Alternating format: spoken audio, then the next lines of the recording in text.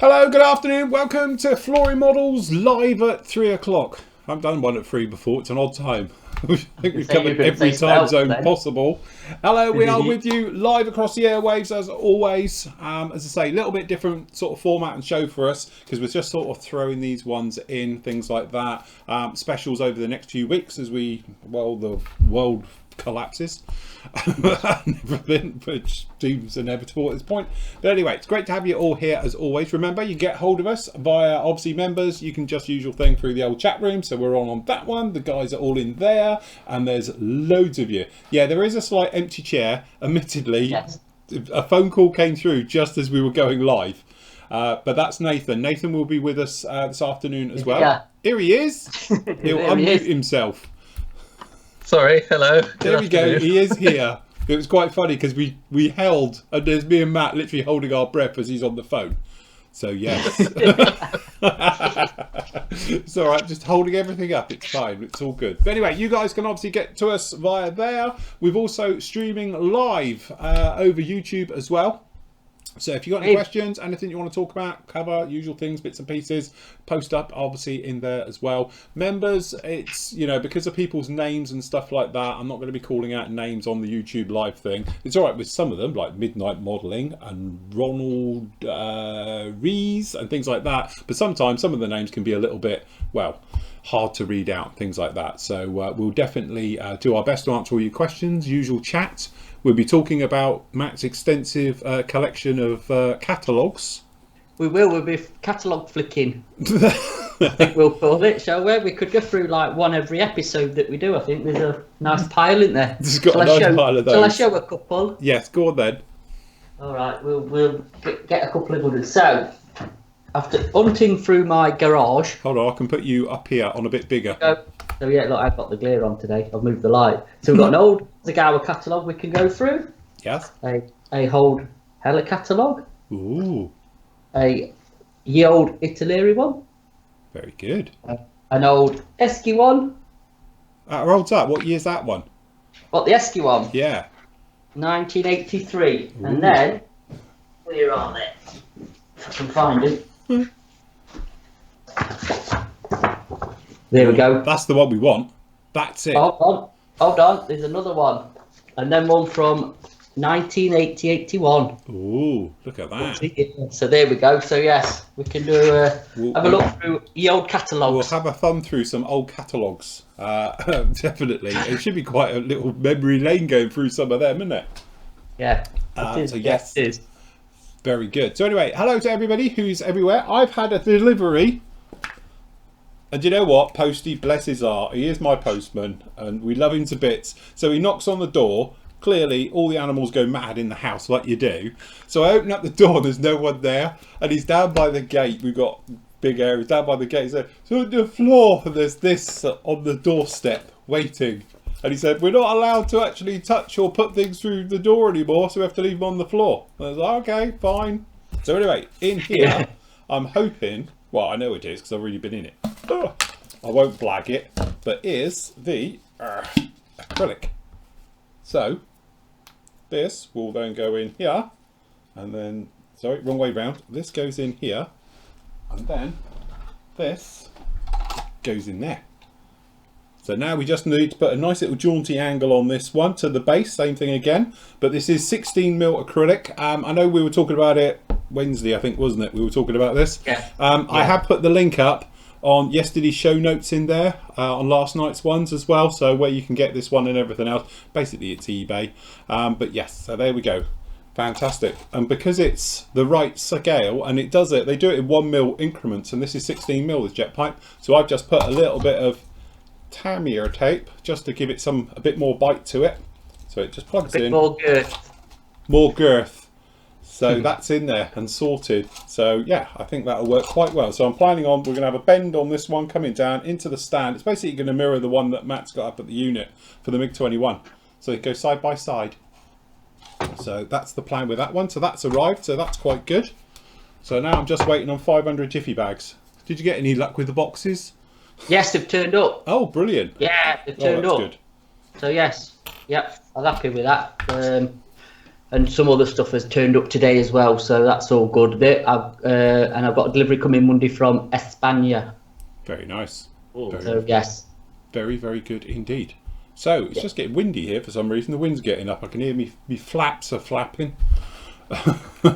Anyway, good afternoon to everybody in YouTube land. As I say, lots of you all down in there, so they're saying good afternoon. So good afternoon, gentlemen. Lovely to have you along with us, ladies and gentlemen, I should say. And as I say, we've got lots in the old chat for our lot. Yeah, there's more people online in the middle of the day for some reason at the moment. I wonder why. We have found that. Can I just answer Rob's question? Because I did ask this yesterday and we never got around to answering it. He's asking about an AMT American fire engine with a ladder. The old one. Is it a Le France? Is it Le France one? And do MT do it? I know Thingy did one. Somebody did a Le France. I think it was Trumpy brought one out. If that's the one he means, is that the one you mean, or do you mean to older? Gives a clue which one it is. Some more information I might be able to tell you. And to Brett, Brett's just sent me a thing earlier because I did see it about an email. If I got it, Brett, it's been buried. Can you resend it to me, please? So, oh look, Jamie's in. Very good. David, Richard. Yeah, cool. Yeah. Yeah, Richard's asking how you're going to bend that rod apart from brute force. No, I heat it up. I've done videos on it before. We've done quite a few on them. Basically, I heat it up with my... I won't do it now because I haven't got all the gear for it, but I have got somewhere. Here it is. My trusty... one of them. So we whack it on, and then literally, you just literally put your finger and thumb and you just lightly add pressure, and then all of a sudden it goes, and you can just bend it into whatever shape you like. And if you want to reset it, for instance, so if you're not happy with the shape, you can reset it. You just heat it up again and then hang it, and just do that, and it will hang south, and then as soon as you take the heat off, it'll reset. You can do it in the oven and all the rest of it, but to be honest, I've sort of got this off to a fine art. Years ago I showed how to do it in the oven, and you put it on a baking tray and do it, but honestly it's just as quick and easy to do it this way. I've done lots of them before. We did it on, crikey, MiG-21's obviously got it, and obviously we did it for the, oh god, what was the other thing we did? God, someone else had it. 787. We did the... That's going back a bit, isn't it? Yeah, that is. It's proper going back. Hold on. Let me just have a look. I don't know if we got any photos. It might be that far back. Where are we? Video bills. I should have photos of actually me bending it, I think, somewhere. Where's the MiG? MiG we did in flight. Bill says the 787, wasn't it? Yeah, there's the 787. I got a photo of me bending with it. It's very difficult. The trouble is you can't really show it. There you go. Somebody was saying about it. I never see you do. We had to skim this one down. So I actually took down some of the width, the girth out of this one. And so yeah, and we cut all the stand and all the bits. So I do. Somebody's asking about, do I ever use the stuff behind me? Yes, I do. But there it is. That's what we did. Sorry. Oh, can't do it. Oh, that's a bugger. Hold on. We have to go web mode. There we go. So yeah, that's the one we did for that one. So he was all in flight like that. So this one's going to be a pairing to this one, really. Same stand, same everything on that one. So that's that one. And then let's just see if we can find the 787, because that was a good build. 787, there it is. This is the one we were talking about, bare metal foil. There you go. I used it on the leading edge of this mat and all round here. It's not the best photo, to be honest. Is that the Zvezda kit originally? That is the Zvezda kit, yes. Because that ended up with a stewardess, didn't it? Yes, it did. The stewardess who flew this aircraft, one of our members, daughter, I think it was, wasn't it? Yeah. So yes, we gave it to her. So here you go. That's using the bare metal foil. So there is a thing about it. So it's dead handy for doing engines and things. I'll have to get some. Yes. So there's that acrylic stand. Same thing. Heated up, bent it. PVA glue trip for doing the windows, and then yeah, it turned out alright. Happy with that. But the bare metal foil for doing that is so much easier than having to master wing.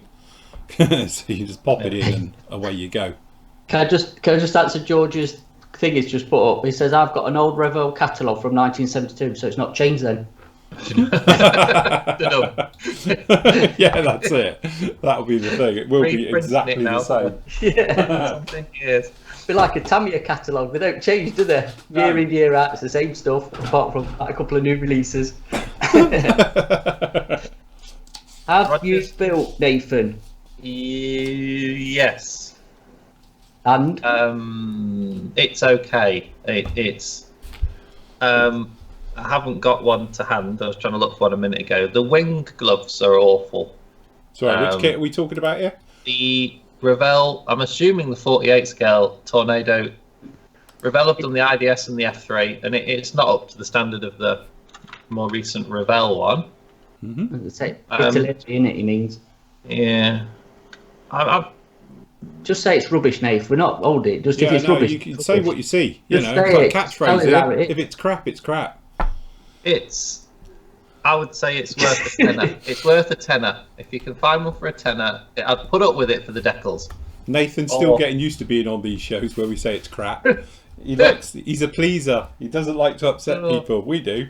It's not one of those kits that's unbuildable.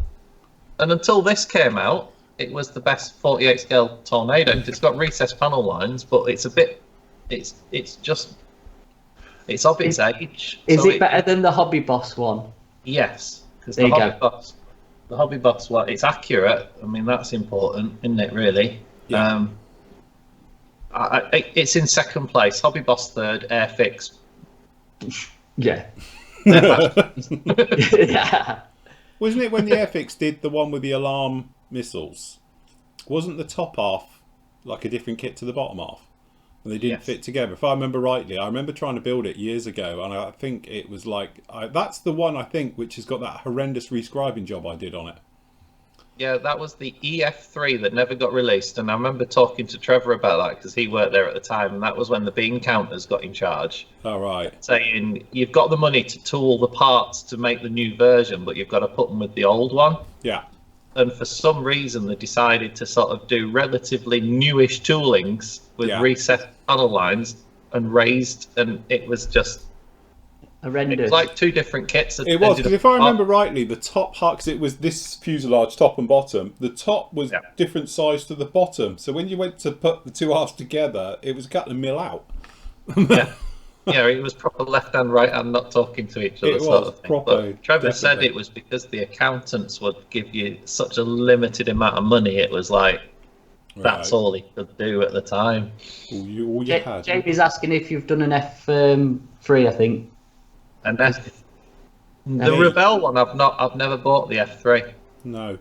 I mean, it's one of those things that I prefer the GR versions because I think the F3s are a bit grey, all grey. So I will buy one at one point, but no. Yeah. I was going to say, this is our Jamie. Well, Jamie's got a connection there because Jamie used to fly the F3, didn't he? Yeah, I think it was only Airfix that called it the EF3, wasn't it? Because it never sort of. I think Airfix was so on the ball that they released a kit of a version that never really went into service. Yes, there you go. Sorry, Jamie is in there. So Jamie's saying he didn't call it the EF3. It wasn't used in service anyway, as it wasn't needed in the end. No. I know, I'm getting told off. The F3 is a beautiful aeroplane, but you see, the irony is the reason I like the F3 is I used to live in. There was like an air corridor that all the RAF used, and it went right over my house. Yeah. So Leeming F3s would go over my house about 5 times a day. But the GRs, I still think, have the cooler camouflage scheme.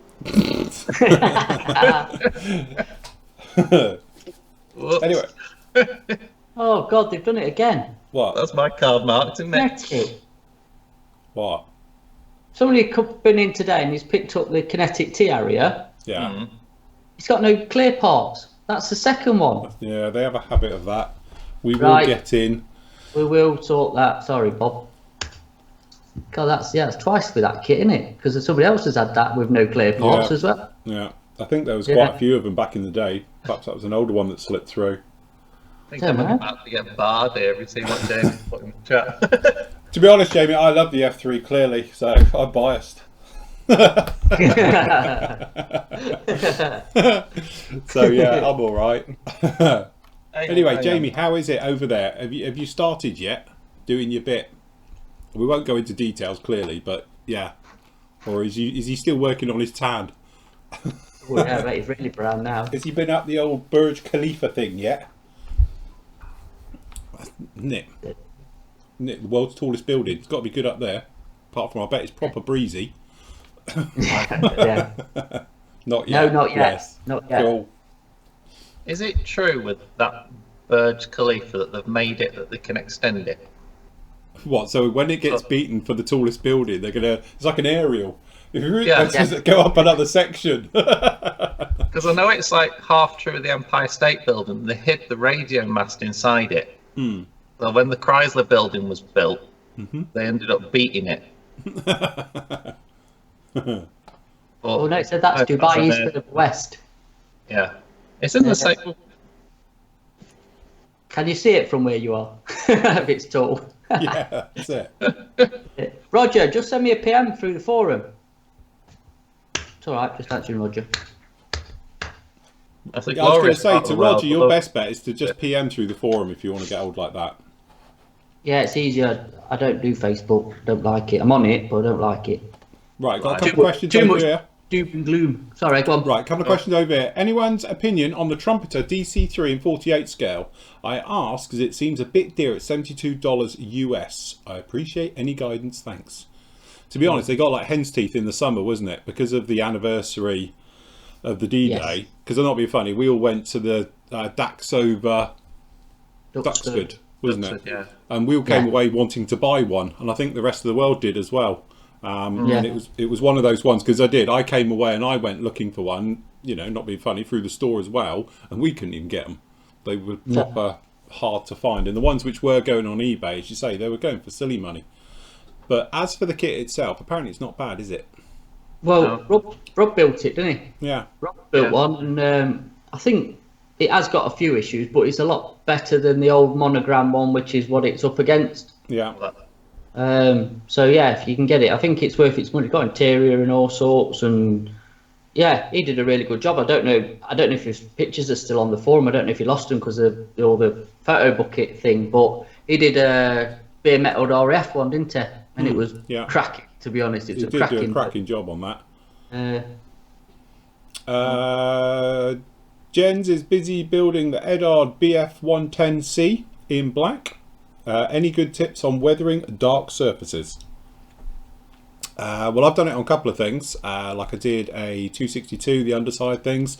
Usual thing I always say, don't use black. Never use black or white. Use other shades, so like NATO blacks, rubber blacks, things like that for doing those types of colours. And then you can sort of modulate almost those colours. So I've used blue, dark blue, like midnight blues and various things like that. What's Tamiya call their blue? Can't remember now. They've got a dark blue in their range somewhere. Royal blue, that's the word I'm trying to think of. If you put that into it, again, it just breaks it up and it states it looking like a black brick. It literally just gives it different shades and hues. One of the best ways to weather black though is to actually slightly do it in different shades and tones. So like I did on the 262 is polished some of the panels. So it makes it just come alive and looks different. I don't know if I might be able to actually grab a picture of one. This is quite good doing it this way because I can show it instead of trying to explain it. Brown's a good colour to mix as well. Blue, brown, like you said. Yeah. Purple. Yeah, purple into it. And it just varies the hue of the well, it's really a dark grey, isn't it, to be fair, rather than a black. But, yeah, there you go. Yeah. So that's what I did. If I go web, it'll make it slightly bigger. So as you can see, I've got different colours in this, but also I polished it. So as you say, you get like a hue to it, and it just makes it, I don't know, pop a little bit more. Hold on, bloody aerials.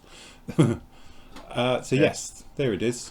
So you're sort of using different sheens and tones to it, and then obviously for a weathering job, this has actually got grime colour onto it. So that's what's sticking into this one. So the grime stands out quite well on black, so you can actually see what's going on. So it's got that sort of worn down look to it, and obviously I distressed the decals in and various things to it as well. And then coming in with oils, So you can see down here I've used this sort of buffy colour as well, and you can do various things to it to really just make it pop certain areas.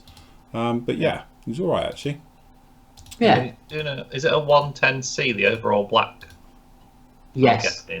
So you've got a good opportunity then to do a bit of dust weathering and maybe some chipping where the crew would climb in. So that against black, those two things would really stand out, wouldn't they? Yes. Yeah.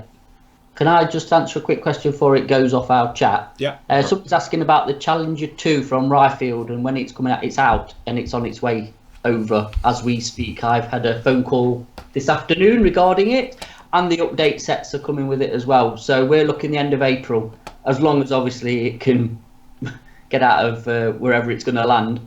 So yeah, we're looking at the end of April for it. So yes. All good. And in other news as well, just about the Zuki-Mori Henshaw, what is it, NAF 129, is it? Yeah, the Tank Buster. The Tank Buster, that's next week. We'll be in, all being well. So we might get Andy to put a quick pre-order up on that tomorrow if anybody's interested. Yeah. So yes. What else we got? I'll have a look after thing, Rob, because obviously we're doing this, so I can't really sort of look at links and stuff. So Pranjit's visit from Airfix, well, it's just going to be not really a visit, is it? He's just going to do a Skype chat, isn't it? It'll probably be a live Skype thing between the two of us. Yeah, Yeah. that's the plan. To be honest with you, that's somewhat mine, because everything that's gone on over the last week and things like that, I haven't actually put the questions to Pranjit to put to the powers that be at Airfix yet, because they want to pre-do the questions purely before I ask them, because the chances are it's going to be live. So obviously I've got to give them a fair chance to be able to deny it. Yes. So they can get their story straight when I grill them as always. So, but the thing is, they want to pre-see the questions, which is totally understandable if they want to know what I'm going to ask them. I'll probably ask him some extra ones and put him on the fence, but that's based. And I'll be funny. Pranjit's quite newish to the company, and I don't want to make it difficult for him with his bosses. So we've known him for years. He's been a member of ours for years, but I don't really want to grill him and make it difficult where he's going to be put on the fence a little bit. So I'm going to put the questions so he's got them all lined up, he knows what I'm going to ask, and that way he can check with his bosses and things like that, which I think is fair enough. Normally I'm not as gracious, as we all know, but bless him. Phil, what size rigging do you use on biplanes? I don't, if you've seen my stuff, I don't use sizes and things like that. I just tend to use knitting in elastic. We did it for the Gladiator. I am not probably the best person. I know there's a lot of people out there will use flat wire and different gauges and that. I just do it because it looks good, if I'm honest. I have my certain way of doing things, and that is definitely one of them. I've got a sort of routine that I do with the with biplanes. So the last two that I've done, which weren't that too far apart, were where are we? I've got one about doing rigging, showing rigging. What have I done? Here we go. So down in here, this is me poking at rigging. There is full videos on all of these, you can see. So all this is knitting in elastic, which is basically elastic thread. And I've used turnbuckles and things on there to put these in and going through for doing all the rigging, and then you just paint it afterwards once it's all in. So it is cheating, but it works and it looks very much the part. But I know, the rivet counters out there probably would say it's not the right stuff, it needs to be this gauge and with this, that. I just do it because it looked nice. But I did that one, and I did the other one as well with the wing nut wings sock with camel that we did a couple of months back as well. Oh god, that didn't work. Sorry, I've just turned that off. Hold on, I've just clicked the wrong thing.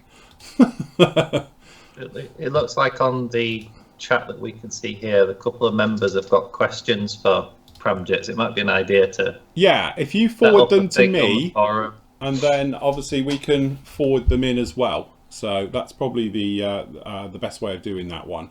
As I say, I don't want to, grill him totally, but obviously if you've got any questions about the company or whatever it is, and then that way I can put them in with mine as well. So we might have the same questions, so we're not asking him all the same type of questions and things like that, which is fair enough. So this is the old wing that wings job. I'm just seeing if I've got me rigging on that. Where's that? Have I not got photos of me rigging it? Hold on. So You'd like to do photos and rig it. Sorry? I said it's too fiddly for you to take a photo and rig it. Well, yeah, it is a bit troublesome to try and do it. No, I haven't actually got any Couple more pair of hands.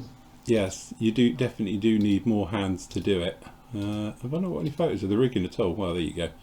So yeah, this is it. So again, knitting and elastic by Prim, great stuff, and it literally is very, very simple and easy to use. And it has really, before I would never do any rigging work at all, purely because it's not my bag. I used to really dread it, but now I've sort of just got into a routine of using it and going through with it, and I don't mind using it now. It's quite straightforward, so that's good. Cool. What's the best way to make mud effect on tyres? Pigments do really well.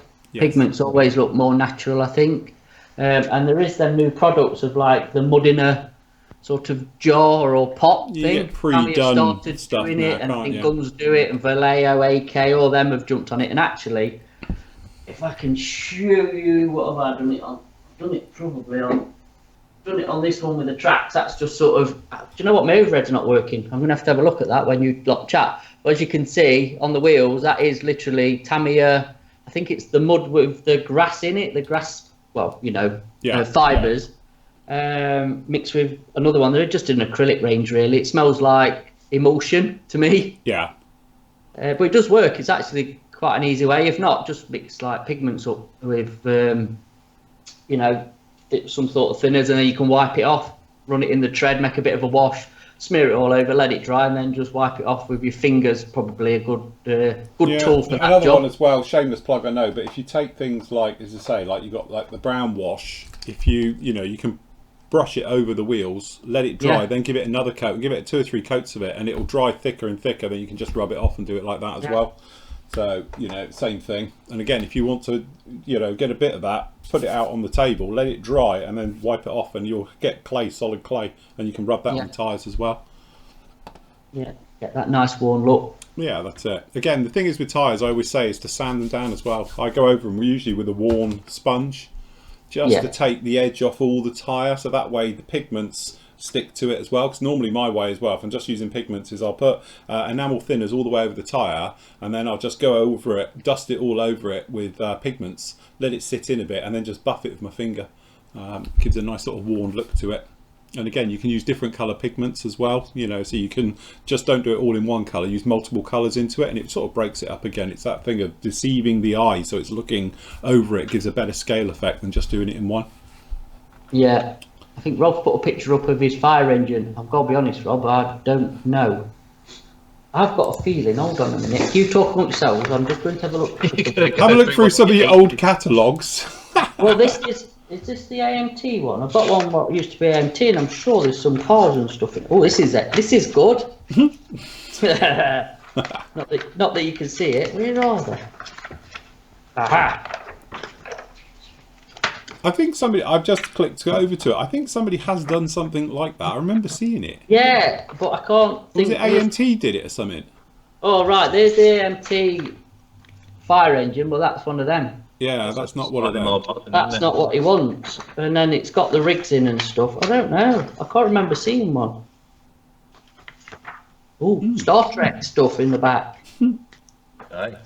Yeah, oh God, I'm looking through it, look, and there you go, look, on the back, there's bloody fire engines. Yeah, that'd be the one, eh? Right, isn't it?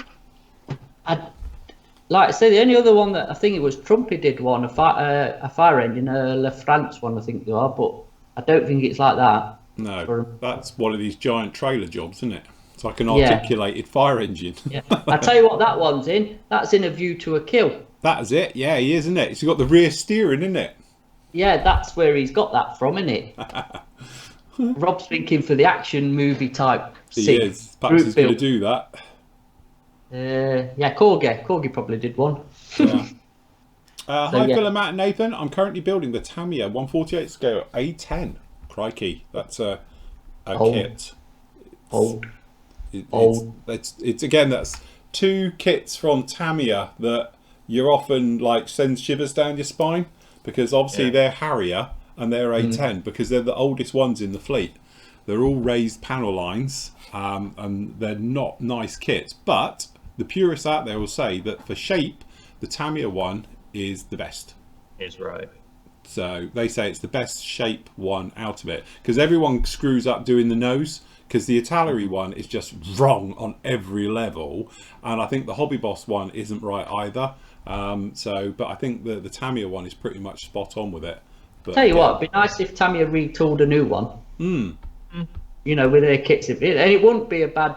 I know they can't get many versions out of it, I suppose, but it would still be a nice kit for them to do. Yeah, because you know it's going to be like really stunning.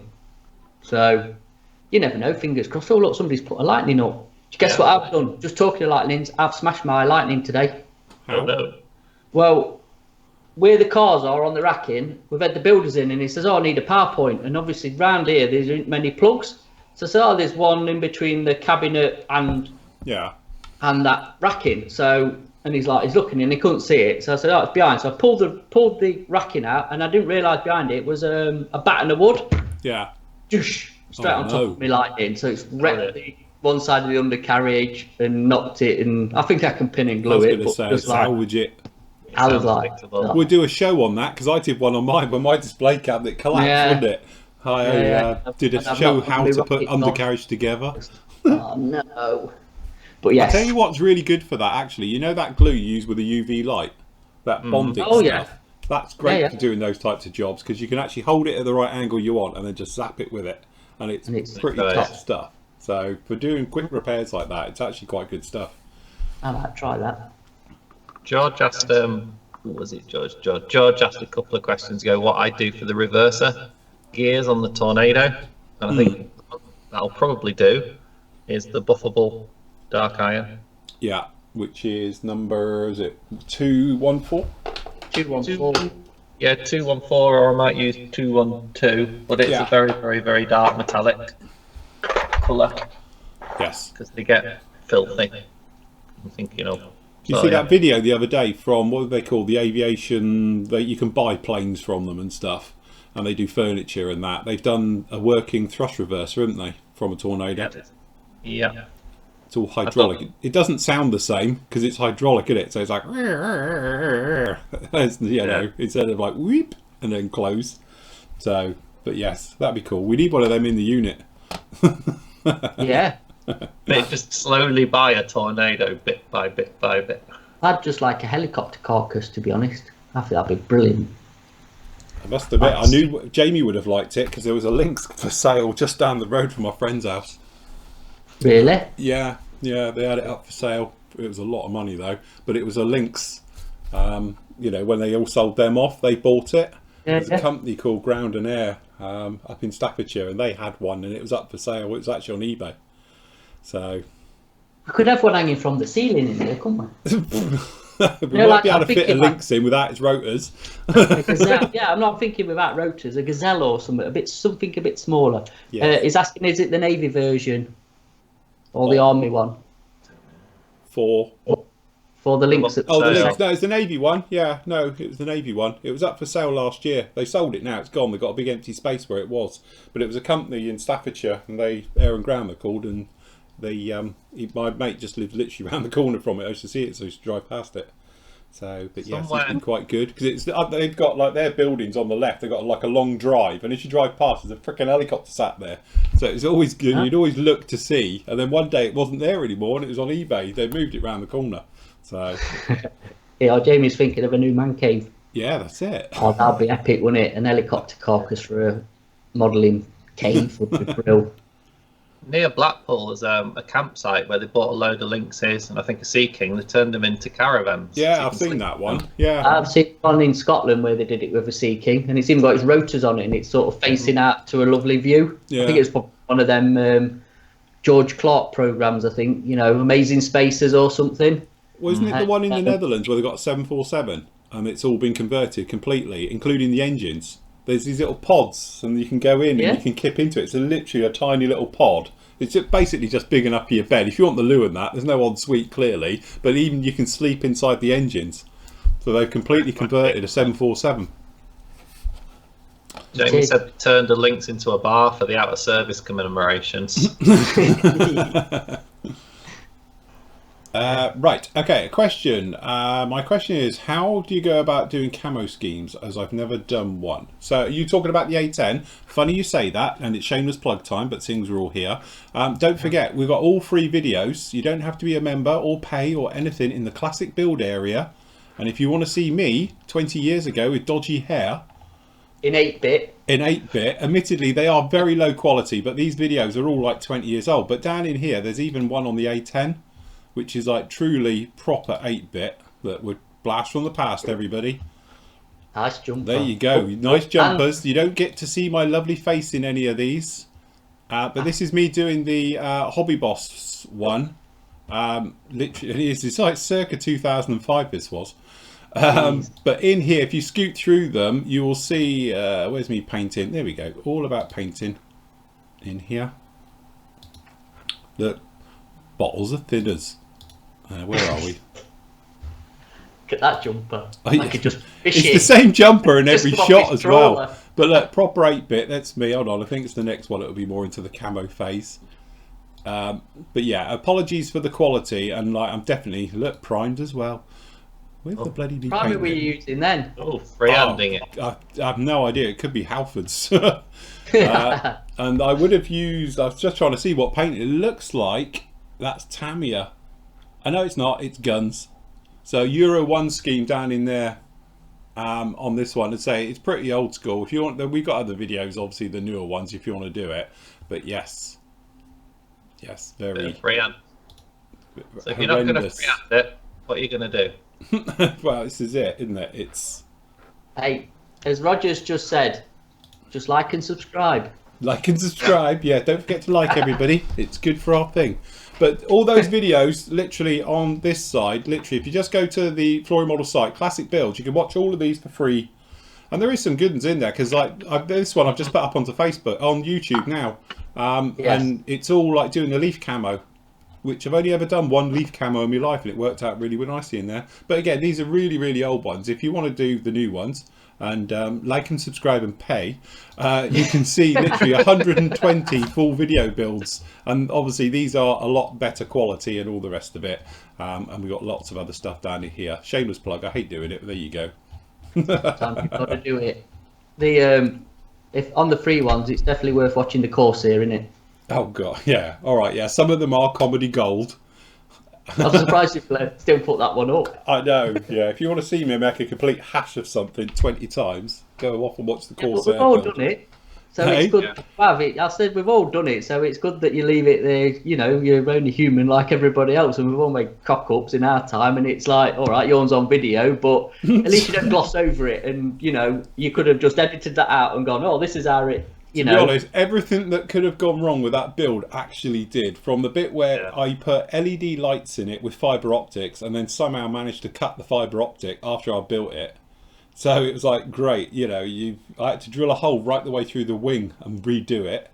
And then the resin parts didn't fit at all. So you're talking through, you've cut away all the plastic to put the resin in, and then the resin doesn't fit. And then, yeah, the weathering one just went to pot. No matter what I did, it just went bad. That was the salt chipping on it. Yeah, Jesus. It literally, I'm amazed it made it to its home where it is now. And funny Was enough, that a commission? No, we gave it away as a prize, wouldn't it? Because I didn't want it in the house anymore, because I was convinced it was like voodoo magic. Yeah, jinxed. So, it was for the charity where you used to. It did. We gave it away as a charity auction thing, wasn't it? And it went to one of our members in the US who's an airline pilot, and now he's still flying. It's beyond me. So we say it's going to be like his Wilson. It's going to be that thing where it's going to, you know. So if you're not so confident on camo, whoops, you need that stuff, white tack. Yes. Yep. Not blue tack. No. And you can probably still get that in supermarkets. I don't think they're panic buying white tack just yet, are we? They will now. They'll be out of stock on Amazon or wherever. The other one is like that science putty, isn't it? Yeah, the only trouble with that, I've got it there, is to say, just if you're going to do it and go. Don't leave it on your model, because if you leave it on overnight, it goes flat and it changes its shape and stuff. So I'm not a mass fan of the science putty stuff, because it purely, if you like, you know, go off and answer the phone, you come back and it's a different pattern because it's all leveled itself out. So, so yes. And the other trouble with the science putty, if it touches itself, it instantly grabs itself. You can't like peel it off. So if you make a small mistake, and you never get it back. It's a nightmare stuff. Any suggestions for flat varnish? All the ones I've tried never seem to end up dead flat, always with a slight sheen. Might be my fault, although I do try to follow the instructions. Right. XF86 with rapid thinner, or the Guns flat coats, but rapid thinner. Oh my, that just makes it absolutely dead. To be honest, we've been playing with this one on the site now for the last few months since we got it in, and Andy first found it, didn't he? Yeah. He sprayed something with it. I can't find my flat now. It's in FW189, which is upstairs on the mezzanine. Yeah. It was almost too flat for him, wasn't it? It was too flat, yeah, because he couldn't oil weather it because it was just sucking it in. Yeah. But yeah, if you really, really want something, a flat finish, that rapid thinners with XF86 or what's the GX11? Yeah, I can't remember what the GX number is for it. I don't know what I've done with it all. I've got like 20 bottles of it. Oh, there it is. There we go. So yes, Tamiya XF86 with rapid thinners, and it goes proper flat. Also, the big thing is, don't forget, we spoke about this the other day. If you're close up to your model and getting that wet look as you're putting it on, it will go to more of a satin because it's got time to sort of level itself out. But if you keep your distance, okay, so it's drying en route to the surface, it will make things go like sandpaper. So it goes the other way. We often speak about, because it's bound to come up as the next question, like you get like a rough texture to your spraying. That's usually because it's drying en route. Okay, so if you're using something that, like a self-leveling thinner, it's got a retarder in there, as in it delays the drying time slightly, so it's got time to self-level. But if you're miles away, it doesn't make any difference. So you want to get closer to give a more smooth finish or more glossy finish, further away for the flatter finish, and do it like that.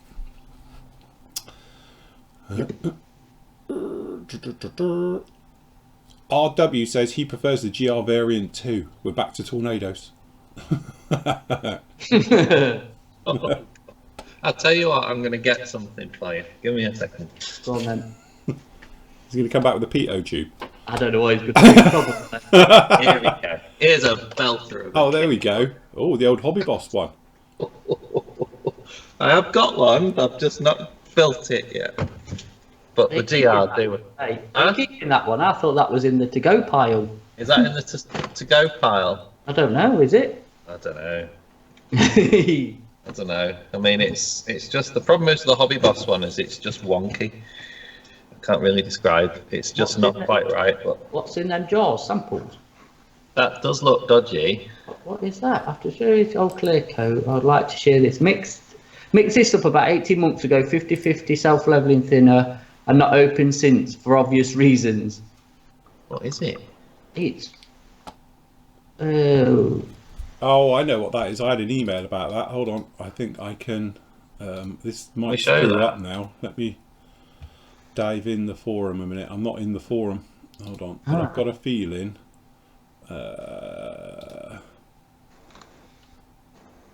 You're talking about this. No. Yeah, that, aren't you? Is it there? So one of those. We were talking about my sample, because I had my sample out the other day, didn't I? And we were saying, because this is my clear, but it's not so clear.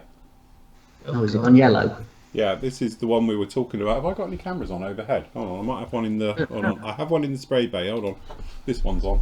So yeah, this is what happens if you leave. Because I've been doing it as a long-term experiment. We got it out the other week. This is clear, just Johnson's clear been left. So that is that. Wow. So. You say that's XF86? Eh? That's XF86. Yeah, but we were talking about all flat coats, wasn't it, the other day? Yeah. So, but again, they all will yellow because, as we know, the strongest pigment in nature, according to my friend, funny enough, who lives next to where the Lynx was, he's a chemist. And as he was saying, the yellow pigment is the strongest pigment in nature. So you only need one particle per so many billion for it to go yellow. And that's why plastic's yellow. Is because it's something to do it's very difficult to not have that pigment in anything because it's such a strong pigment colour. So is that the ochre pigment then? Basically. Isn't it? The thing is though, if you thin that, it won't yellow your kit, I don't think. I've had yellow lacquer before, and you're thinking, oh god, this. But because it's so thin, you don't get. To be honest, we have said that because this here. Sorry, Yeah, we'll sort out the other camera in a minute. Hold on, but that there is the Hitaka lacquer, isn't it? Which is yellow, and it looks like a sample. And like we actually did speak to Hitaka about this when we first stocked them, and I was like, "Are we sure? Is this gone off?" And he's like, "No, that's normal." And to be honest, we've sprayed it now and tried it, and it is fine, but it doesn't look fine when you see it. Once you know it and understand it, it's fine. Sorry, let me just chuck a camera on. Ugh. Just while you're doing that, Andrew, it's in the forum. There's a PM section at the top of the forum, and the pre-orders are in there. So yeah, just whack your name down, what you want. Let me just try and activate the camera. Oh, sorry. Oh. Sorry, I'm covering you guys now. There we go, we have a camera. So yes. It is yellow, isn't it? It is a bit yellow, that. But yeah, apparently, and we have sprayed it because I've tried it, and I've used it on a couple of builds now, and it's been absolutely fine. So although it looks dodgy, it's not dodgy. It's one of those, just looks a lot worse than it is. But when we first stocked it, we had a couple of people like, is that normal? And it's like, no, it's fine. And we spoke to them about it, and they were all good. They were like, no, it's fine. So, cool. You're going to apply it in such a thin layer, you're not going to really, unless it's on pure white and you've applied it a bit on the thick side, it's not going to be a problem, is it? I'd say that's where you might get a discrepancy if you are on absolutely pure white. Everything else, you're not going to see I think it's that thing, and we had one many years ago, I had a Phantom that I painted, and it was in that sort of old school light gold grey with white scheme. And what happened was I had it sideways on my windowsill, and it sat there, and it was like, west facing window, so it had the afternoon sun to sunset every day. And it was that thing that when you turned it round, it was like it was two different paints, where it had just gone in it. The yellow, it yellowed on the white, and it had bleached the hell out of it, the rest of it. So it almost looked like dark grey on one side and white, and the other side was like yellow and grey, where it had just bleached it. But that was just something where it had been left in there, and again, that just had a coat of future. But one of our members, I remember at the same time, he had a similar situation because he had a white Ford Escort. And again, if you turned it round, it was definitely yellow now on one side and white on the other. And the same thing he was saying, that was on a windowsill as well. But again, that's the thing. If you're in direct sunlight, it's going to give everything a bit of a run for its money, isn't it? Well, it did. It used to happen a lot with the old cars, didn't it? You know what I mean? The old Sally cars and the single pack lacquer, they always used to go yellow or used to just crack and thingy. But now, obviously, they've got UV protection and all other chemicals added to it to stop it. I mean, obviously the GX range is UV protected. Apart from the GX 100, which is the normal one, the other four in the range are UV ones. So you could leave it, on the windowsill, and it should stay as is. So. Phil, how comes there's no more paint racks? Nope, sorry, they have been discontinued. We don't do those anymore. Any of the acrylic range. Oh my God, why's that jumped? Oh, that's because we are lots of people talking. Apparently I'm about 4 miles behind. Oh yeah, all right. Oh, here the questions come. There we go. That's Andrew pre-ordering a chalet. Bob says, Phil, thank you for the Ryefield Sturm Tiger review. I'm expecting a delivery of mine on Monday. Have you constructed the kit supplied working tracks? I haven't. Because he's thinking of going through that, or perhaps the full model one. Again, I haven't actually used the tracks onto it. The nice thing I do like about theirs, though, was that it was pinned on both sides, because sometimes it has workable tracks, but they're only pinned on one side. The Meng one, for instance, you only get pins for one side, so if it goes like that, it just breaks. But if you're pinned on both sides, it should be okay. Again, you've got that option, isn't it? Do you want to faff around with putting them together and making sure they're okay, or cleaning up all the frawl ones and having to drill them out to make sure? It's long as it's short, it's one of those ones you're going to get caught having to do with it, whichever way you do it. The only ones I've ever had real good success with like workable tracks actually is the Tamiya Mark IV, because they work. They proper click together and they work. You can put a battery in and it literally does work, doesn't it? So. But I think that's the design of the original tracks from the tank, isn't it? It works for that. Where I don't think sort of World War II tanks are they're a bit more complex, shall we say. in the design. You know, for all tracks, I've got a couple of sets down. Then I've used them before. What's the ones we used on the Chieftain? That funny company that we saw in Master Club. Master Club. The resin ones. No, they're white metal, but they're really, really nice. They come with the individual blocks, rubber blocks, to go in for the track pads. Yeah. This is just making me shiver at the thought of doing something like this. Tell you what, actually, theirs was all right. Like theirs. Yeah. Oh gosh. Because he used to do resin ones originally, and they designed off them, so they kind of got that resin detail, but then he casted them in white metal because everybody wanted them in white metal rather than resin because of the weighted look. Yeah. But there's hardly any cleanup or anything with them. They're really, really well designed. No, and that was the thing, because when I did it, I was obviously, you know, it's one of those things you're like, God, it's going to be horrendous doing the cleanup of the tracks and all the rest of it. But this is them here. You know, it's very straightforward. They're very nice. They have a pin that goes through, and then in here, because obviously it's all metal, then you get the rubber blocks which you just push in. And again, they pushed in. You know, I just put a dob of super glue in behind each one, and they go in like that. And yeah, it's really well. But the pins, I didn't have to do any cleanup. You know, normally you have to put like a pin vise through, you know, to drill them out. But these actually, you come with the pins, and they just plop in, and away they went. And it gives that great weight on wheels look to it. So yeah, I was quite happy the way that one went. It all went very nice on there. Little Berlin scheme. Yes, in the Berlini scheme we did that one. But again, going around there and putting it in, because it has that real nice look to it. And that's what I like about using metal tracks versus plastic. Purely because they have the weight and the sag and all the rest of it. And also it gives that kit a bit of heft to it as well. So, yes. Definitely. Nice one on that one. I don't know if they're bringing out or they brought out a 72nd Chieftain. Are they? Takamab, yeah. I don't a 2-in-1 version. I can't remember what marks you get, but yeah, I've seen it the other day. And somebody's asked Nathan, when's part 2 of the Tornado going up? With obviously bated breath of your expertise. Half of it is still on here. Half of it is edited. Now I'm using a 2009 iMac, and when I put it up, I had to do it as an overnight sort of upload to YouTube because it takes a little while on a 10-year-old computer. I was going to say, how's your rendering time? In 720p, a 30-minute video took 3.5 hours. I remember those days. I set the computer to not put the hard drive to sleep and just left it running overnight. And when I woke up in the morning, it was on YouTube. So it's the bit where it gets to 98% and then crashes. It's because, I mean, my iMac is literally a 2009. So I'm going to edit it tonight, upload it, and I think it'll be on tomorrow morning, to be honest, because I'll have the YouTube link that I'll need to put on the forum at that point. So it's half edited, it's all shot. I'm up to the point where I've got the fuselage together. So it's just give me an evening to get it done. No, it'd be fine. Looking good, but thank you for doing that, Nate. It's a good one. I say now you're into my world of editing and the nightmare of that and all the rest of it. So yeah, it's one of those things. I think people don't realise editing takes longer than the filming most of the time. You know. Yeah. So especially when you make silly errors and you have to sort of start again and chop it up.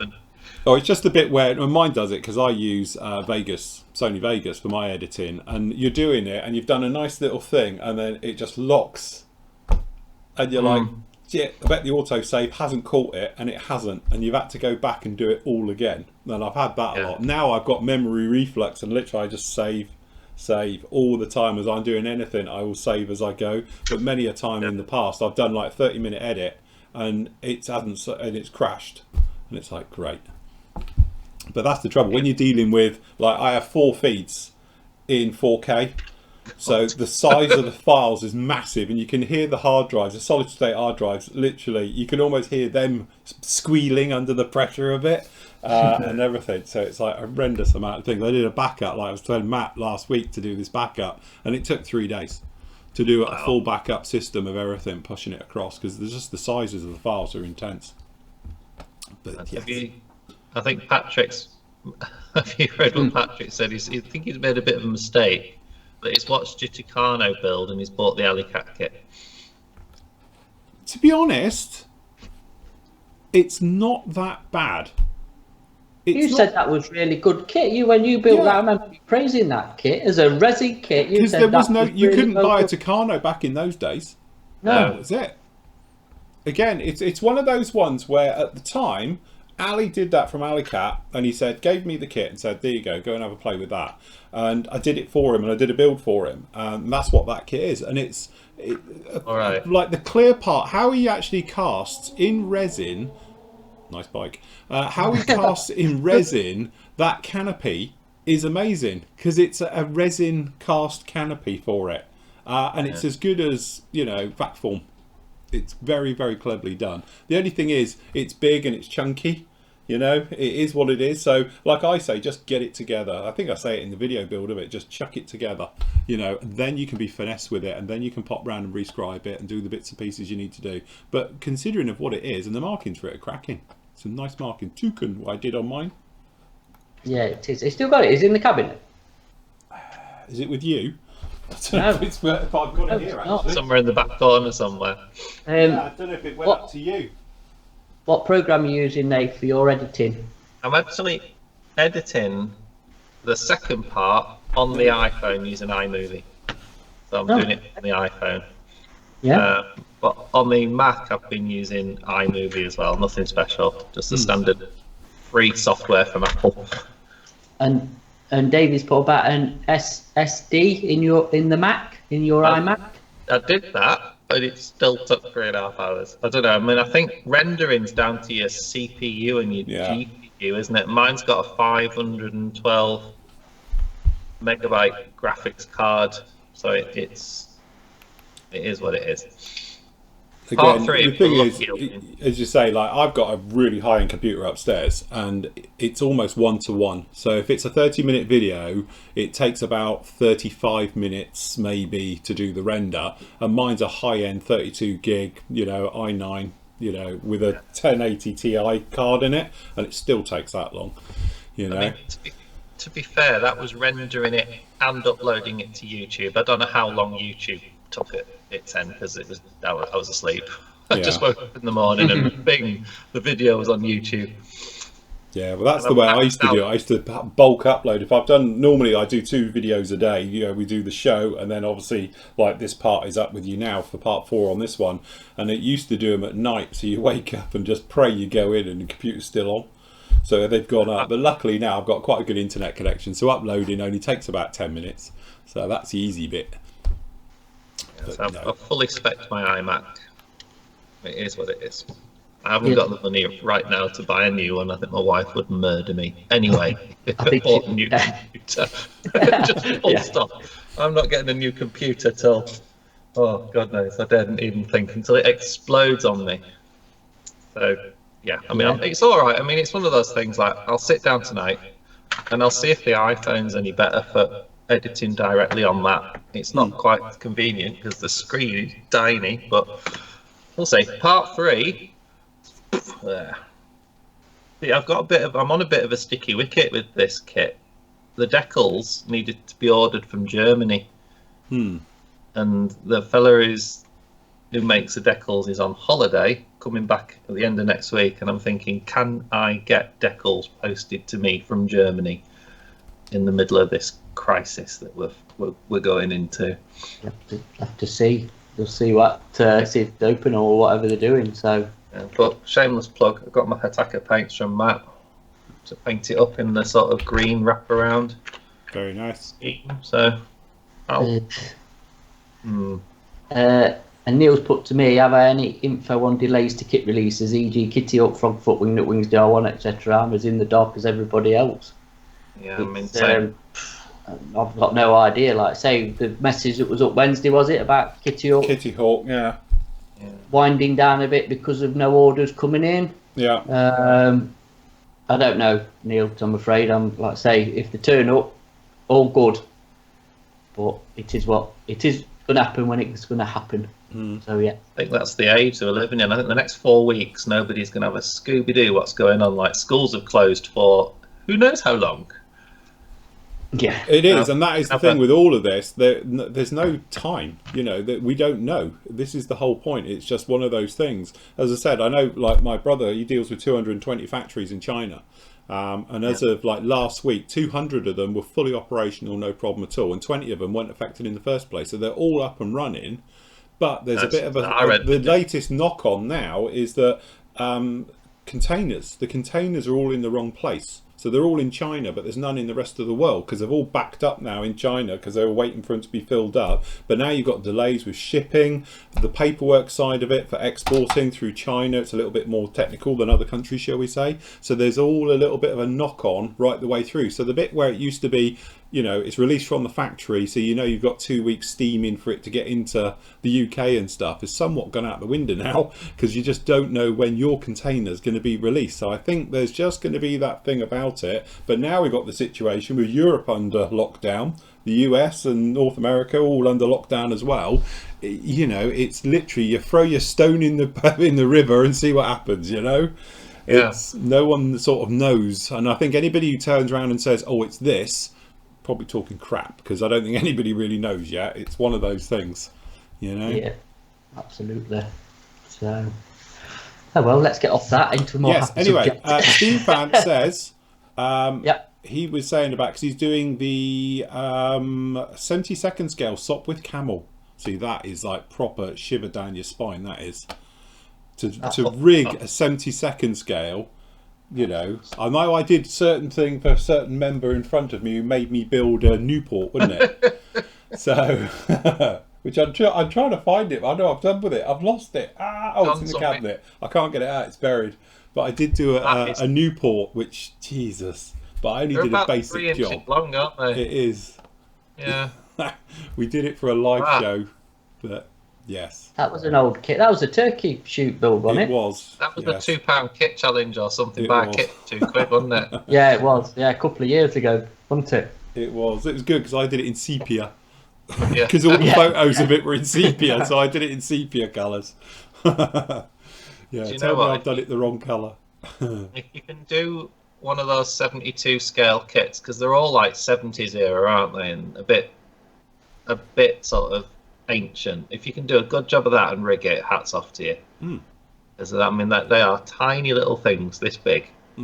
Space between the wings is like less than an inch. You haven't got much room to work in. Because I just did a basic, we just do the cross sort of thing, and that was it. I didn't go into detail. That was good enough for me. Just answer Christian. Which 48 English Electric Lightning is preferable, sword or Airfix? Oh, that's an easy question. Airfix. If it's single seater. If you want a 2-seater, then sword kit is very, very buildable. Yeah. But the Airfix kit, they do it in all the variants between the two or three boxings that they've done. But the Airfix kit is lovely. It is. Yeah. I still say, I don't know, if you guys agree, but I still say the Airfix Lightning, because it's the last of the old original Airfix, is still the best kit to date. Yes. Yeah. It is. Yeah, I agree. And the tooling, the quality of the tooling means there's no flash. I mean, it's just amazing how it's not aged at all. No, and that's the thing. You could put that. I've got it there. I've got the what have I got? The F2, F6 kit up there now. And as I say, you could put that pretty much up against anybody else's, trumpeter wise, hobby boss wise, and it would hold its own. And that kit is how old now? I reckon it's a 90s kit. Yeah. It is. Yeah. It's pre-millennium, isn't it? Yeah, it's a 90s kit. Tell you what, I'll have a look. I'll scale me. Let me have a look. It's a shame, really, because I've always said it's like Airfix suddenly got it right, and then they went tits up at that point, wasn't it? Yeah, I think this is one of the older ones. Yeah, that's the original boxing, isn't it? That is. It's made in the EU, so I think it's from the Heller era. Let's have a look. This kit, it's going to take one hell of a job to better it. You're not going to see a better release. 1997 was the F2A, F6, and then the F1 was 98. Yeah, I mean it's one of these classic Airfix kits. Got a massive box like that. Yeah. You just get a tiny bag of screws. Little bag inside. Yes. One the box fits all. box you built? Yeah. 2009. Was it? Really? Yeah. Blimey. By the way, the Airfix Lightning, the 48th one's gone again out of the catalogue. Oh, was That's it? it. Yeah, it's because somebody said, was it I don't know, last year that it was discontinued again. Wanted they was ending it, so it's gone again. So it'll be one of them. You know, they'll still be around for a bit, and then it'll be silly money on eBay, won't it? But Look at that. Look, there's a classic shot of me. Cool I can't hairdo, you remember see. that. Look, that's the Edar boxing that I did of it. Yeah. That's a free to watch, everybody. If you want to, like, you know, as we're all quarantined, you can go off and watch all really dodgy ones of me. Yeah, it says here, it's the Hella era. It's when Airfix and Hella were the same. Again, Trevor's the person to ask if you're ever at Telford. I can't remember the type of metal, but it was basically tooled in steel. Right. Yes. It was tooled in steel in South Korea, a really particular hard alloy. Yeah, I remember him telling us. So that's They why did a the mould couple of- is so crisp on that then. Yeah, Yeah. with no Well, they flash. did- It's decent metal, you know. Yeah. They did is it I can't remember, beryllium steel or something. I can't remember exactly what he said, but they did 2 kits in South Korea with the tooling done in South Korea, and this is one of them. And he said the tool will just never wear out. Yeah. That's why you can get one from 2019 and there's no flash on it. Yeah. No, it was a good one, I must admit. It's fun. In fact, I've built quite a few of them now over the years. And love as I the say, kit. I haven't done one. This one, it's in my old house. I did this one, so it would have been circa, well, I don't know, it would have been before. I was trying to think. I've been here now 8 years, so it's over 8 years on that one. But that one we did in Alclad, if I remember rightly. So we used Alclad primer, Alclad paint, right the way through in those days. That was the metal to have. When you look back at the old classic builds, it's like that was all that was available if you wanted to do metal finish, you know.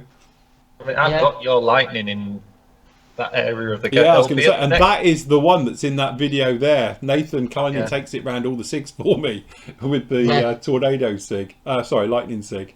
I say all the shows are off at the moment, but touch wood, it'll be at Telford. Yes. Yeah. That's the next model show. I don't know. Well, this is it. Grand Phoenix reboxed it. Yeah, it's a funny one. It's done a few. Yeah, no, it's only Airfix. The only boxing I can see is obviously the Airfix boxing. Grand Phoenix did it and the Edard special, and that's it. Unless I'm missing something. Oh, hold on. Oh no, swords are different. Yeah, no, just that one. And then there's the Aero Club one. It's obviously bought 48 Lightnings up. I've got one of those if you want one of those. What, the Aero Club one? That's from 1992. Yeah, Wow. that's Oh, back form and really, really crudely injected styrene. Have you got the F2A and the F6 boxing in the original? The grey one with the shocks, man. Yes. Yeah, that's the original one then. Is that the original? That's the first one, and then they did the F1, was it, after? Yeah. Yeah. Because I've got Which the is, Reeboks, you've the just later shown Reeboks. the Phoenix one, is it? Yeah, I've got Big the. spine. Yeah, it's a classic kit. I mean, it's Yeah. Yeah. well worth it. Definitely. Cheers. Quick one here. SteamFan61 says, also, if you're wondering about my nickname, it's because I'm a steam engine enthusiast fanatic. Also, has anyone that you know has ever built the Bandai 1/16 scale, was that Garrett steam roller? Oh, that's what I turned down when we collected them kits. It was a built one. No, it was built and it was a bit broken. right. I said, well, I can't really do a lot with it, so it's Funny enough, my Big partner's hit, daughter's husband has a traction engine. Admittedly, it's in a few bits, but he works on them for a living. That's what he does. And it's funny because we were talking about it the other day about who does kits for it. And I know Bandai did them back in the day, but I don't think they're anywhere current. But if anybody's got a kit of it, let me know because I'll be interested in having it. Because it's a little project we were sort of working on. But yes. But he works on them for a living. So cool stuff. blimey. It's all right. Somebody's actually got one in stock, 95 quid. Have they? Hold on, it's on eBay. Oh, right. I don't know if it's, yeah, no, it is, but I don't know if that's pre-built. a Pendle Princess Garrett, Yeah. 1919 steam traction engine on 16th scale. That's the one. Oh, Yeah, no, I think you can get it. There you go. I think Google's your friend with that if you really want to track it. It's right. actually, do you know what? You know when it was built? I mean, this was built, I presume, a while ago, but it is actually quite a nice looking thing. Not my interest, but you know, I can appreciate. Well, the thing is, I want to do a thing with him, so we're going to do a bit of a flory thing with this. So I was going to go down and film it, and so we can see his. But I thought we could tie it in perhaps to doing a builder one, you see, and then I couldn't find one, so that was the thing. So, but yes, I will look into it because obviously I could do one as a build here, and then obviously he's got his there, and all the ones he works on and everything else like that. Oh, So I thought it might be quite an interesting one. It is rare. First toured in 1978. wow. And then somebody called Entex Industries boxed it, which I think I've seen that box in. And the last one, it just says 1980 cross. Right. And that was last time it was released, so I don't know. A while ago then. But yeah. Right, another quick one here from Paul. He says, can you recommend a good 1/48 scale jet for the beginner with no kit mistakes out of the box? You won't find one of them. That's available at the PM store tomorrow. Not too expensive. What have we got? Well, it depends, you know, obviously with quality does come price at the end of the day. If you don't want to do expensive for a jet kit, what are we thinking? Well, I'm thinking Tamiya. One of the Tamiya sort of earlier, it depends what sort of jet you want as well. Do you know what I mean? Like what era you're into and anything like that, or if you just build what, you know. The thing is, if you want a kit without mistakes, you've got a couple of options, but it's going to cost you. The Tamiya F16 is still one of the best kits ever released. You know, their 48th one, I've got 2 of them sat down there, and I've built quite a few of them, and they literally are a dream to behold, but they're not cheap. How much are they now? Ooh, 50 quid-ish, I think. 50 quid-ish. Other ones, clearly going more expensive. The Tamiya F16 is one of the, F14 Tomcat is one of the best kits you will ever build in your life. It literally is throw glue at it and it falls together. It is really, really nice. So, and again, but you're going to be paying 90 quid then for that thing.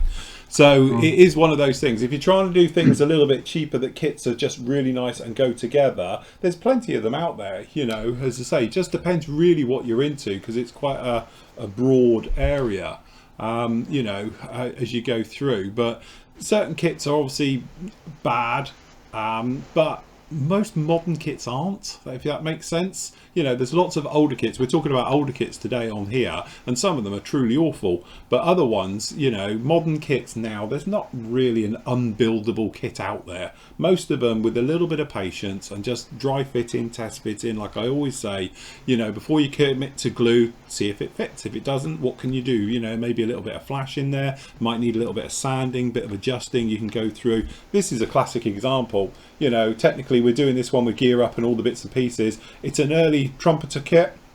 It goes together really nice. You know, at the end of the day, it's actually quite a nice kit. It has got issues though. It's got a few little fit things that we've had to go around, get the filler out and do things to it. But to be honest, that's part of the hobby, you know. So, but recommending, I don't know. Everyone chirp up what your choices would be. I mean, yeah, but somebody's like in chats just chat about the Apex Hunter. And the Meteor, I think the Meteor's a bit more complicated, isn't it, as a first build? But the Hunter, I don't think it's hard to do, is it? Yeah, I was going to say. The Hunter's alright. You know, we've got it here. Yeah. We did it. Did these as we all built them. Yeah. So, you know, the Hunter, the Apex Hunter, is a beautiful kit. Goes together very, very nicely. You know, and as I say, you just, you know, a bit of time on it and all the rest of it, and you end up with something very, very nice. It's one of those ones, really. It depends what you're into. If you're thinking more modern than oldie worldy, but you see, the Hunter. I mean, some of the F86 kits, but I think it's a danger if you buy a kit because it's easy to build and it's not what you're into, your interest might fade. Wane a bit, yes. But the Airfix Hunter, we loved building them, didn't we? Yeah, we all built them. We did them all on the live evenings, wasn't it? Mine took a little bit longer than everybody else's to do. Yeah. But yeah, you know, some at the end of the day, flankers. yeah, Great Wall MiG-29 if you can get it. That's a bit You of want a... some? That's hard to get, but it's complicated. Yeah, it's not a thing with the intakes as well. It's a bit complicated with the intakes, I think, to be honest. I don't know, they're probably out there, you just can't think of them at the minute. But yeah, they're out I'm there. looking at the... What? I mean, the flankers are not too bad. Possibly step down to 72, and it's still that's still a big kit at 72. Yeah. I think the simpler the jet, the simpler the build. So the MiG-15s, F-86s, MiG-21. MiG-21, Edard MiG-21's okay. I think you're better off picking something you're into. I mean, I think that's what you need to do is really list it, and then we could probably come up with manufacturers who've done it better than others. That's the thing. Yeah. But you know, like everything, there's some old stuff out there, there's some new stuff. But it's depends. When people often say to me, like, you know, what's your version of expensive? It might be different to other people's. You know, so.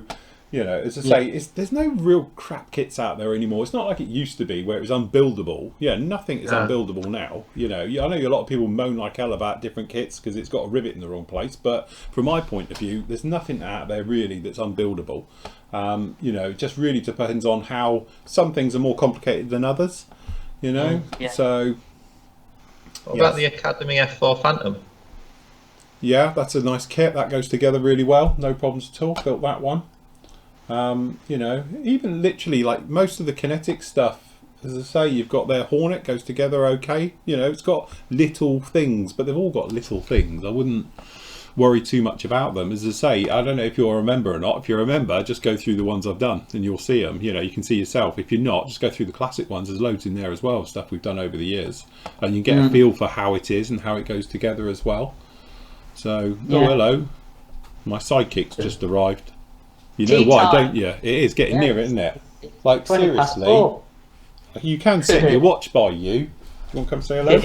Hello. Everyone was saying they haven't seen you for a while. That's because we don't do the 5 o'clock show like we used to. Yes, very good. Where's your sidekick? Where's your rubber mate? So, yes, right, I'm carrying on. You've got to go. I'll feed you at 5, all right? You can make it. Deep breaths. George just put up, when we do the matchbox build, do they have to use the kit decals? Well, if they're absolutely knackered, then no, we're not going to say you have to use that. We're not that. Nobody deserves that. Do it like a jigsaw puzzle, putting them together. Oh, can you imagine? No. Lynn's made a good point. He built the Great Wall Hobby SU-35. It cost $100, but it was a beautiful kit. So it's like you said, it depends what your budget is. I mean, if it's 20 quid. Airfix Hunter 2020. To be honest as well, if you're talking scales, most of the 72nd stuff, Airfix stuff's really good now. All the new kits, you know, all of their Harriers are really nice. You know, we've had loads of members recently doing the Skyhawks because of obviously the South American thing we're doing at the moment. They go together all right. You know, so it's one of those things where, you know, really a bit more info what you're into, then we can sort of nail it down a little bit more. But there's lots and lots of different options out there. Recently I built the F-35 Hasegawa 172nd kit. That's really nice. It's almost Bandai. It clicks together, that kit. It's a really, really nice kit. It goes together very, very well. You know? So, it's whatever your interest is, really, isn't it? And then, I'd say, narrow it down from there. Was the dodgy topic of clear coats. How thick is too thick? And which clear coat do each of you favour? If you're talking gloss, or you're talking flat steel. So. Well, I'll go for my flat is XF86, and my gloss is one of the Guns ones, GX 100 through whatever the the UV ones are. Yeah. They go down really nice. So. I'm basically same with the flat coat. Tamiya. If I want a satin finish, I'll use the Tamiya, whatever I've just done with it. It's probably on my desk and I can't see it. There it is. I'll use XF86 as a satin because I use it with self-leveling thinners, and it's got quite a nice little sheen to it without, so it's not dead flat. But if I want it flat, then obviously I'll use it with rapid drying thinners because it just does go dead flat. Andy was quite right when he said that. Clear coats, to be honest, the GX 100.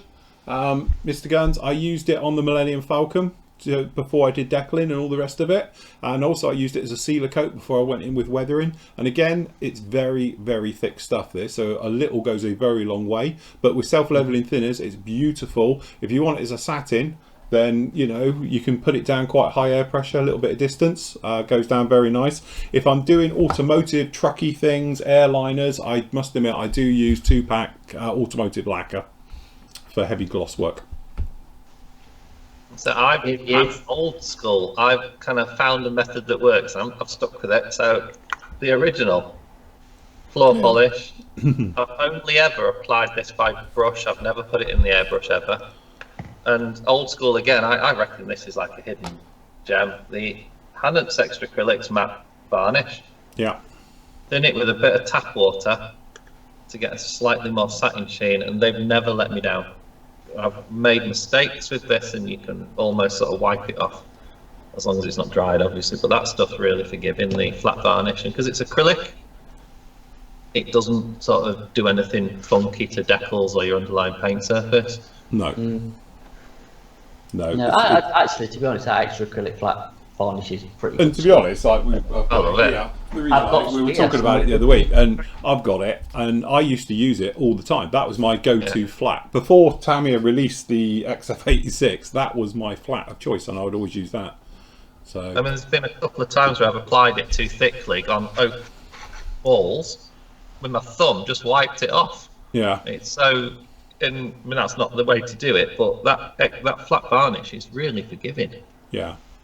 I think one of the big things everyone gets a little bit, sometimes they get the snow effect, as I call it, or the frosting. That's literally when it's just too thick. We're talking about what's too thick. If you're getting that white dusty look to your model, then you're putting on way too much. And what it is, it's basically what do they call it? It's not pigment, is it? I don't know what it is. I think the binder in it, or whatever it is. Binder, the binder. You've got so much on and such a lick of it, it literally goes white. We had a member a couple of weeks ago on the live show, didn't we? And it looked like snow scene.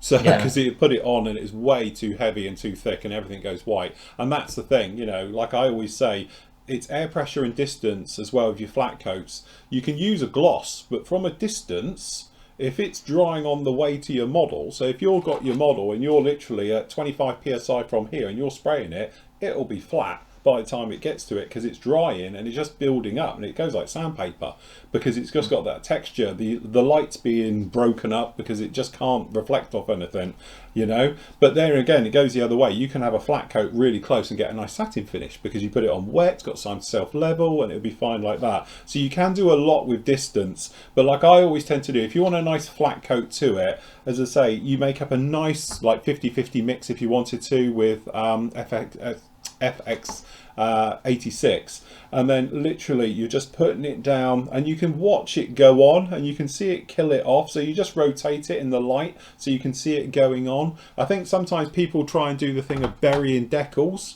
and that can be a little bit problematic, because if you put on too much onto it, you're ending up getting this bulge effect over the decal because the decal's lifted off and things like that. So you just really want to sort of just keep it all level and go through the motions of laying down a nice even coat, let it dry, have a look at it, and then you think, well, maybe you need a little bit more, so you give it another go with it. But don't put it down too thick. Don't think by putting this down thick you're going to get a flatter finish, because what will happen is you'll get more of a chalky finish or that sort of frosty look to it.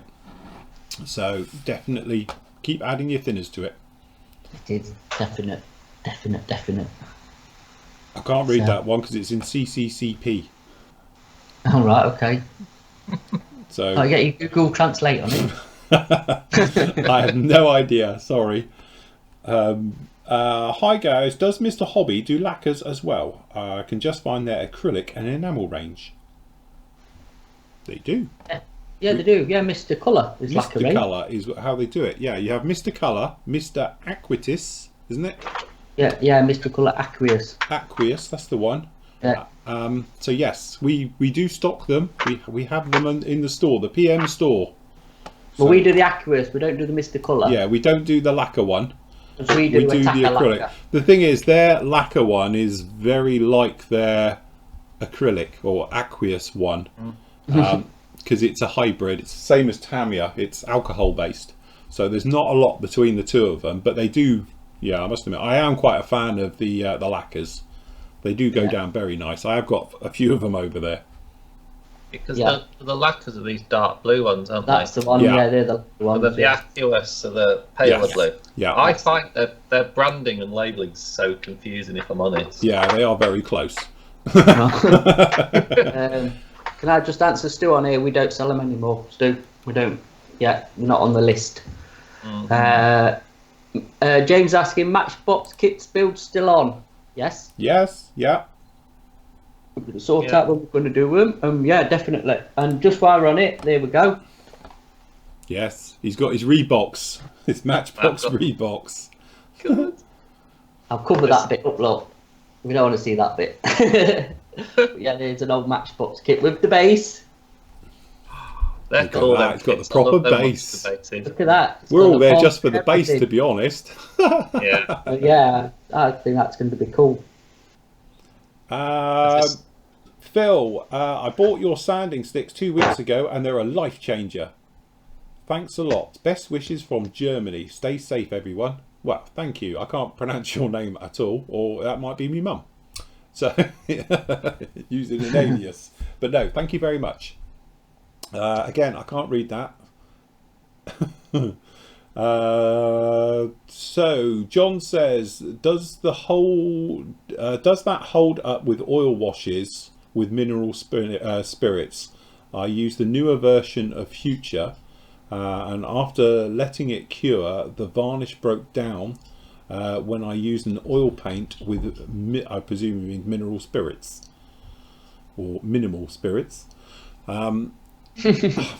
Again, the thing is, don't forget, if you're overcoating acrylics with other things, if you put enough of it on there, it will break it down anyway, because acrylics by their nature are obviously they're the weakest link. Obviously, if you're going in with lacquers and things like that, then they're going to be a lot more harder. What, you all turned up? You got to wait. They're You still got half Are hour they both yet. there? Hey? Are they both turned Yeah, up? they're both here now. Oh god, now they're going to start playing. Not in here, kids. So yes, I don't. Tamiya enamel's more gentle though, isn't it? Their enamel thinner with the blue lid. Yeah, which is what I Is use. slightly less aggressive than other brands I've found. Yeah. Or the Hataka ones. Hataka? No, it's not Hataka. It's the Tamiya one, isn't it? That's a bit gentler. Yes. Yeah. Again, I think that's you're gonna have to wait. You can say what you like. You're still waiting. Is that Molly? The other one sent you in. Go and get him. Yeah. Being beaten up by the dog.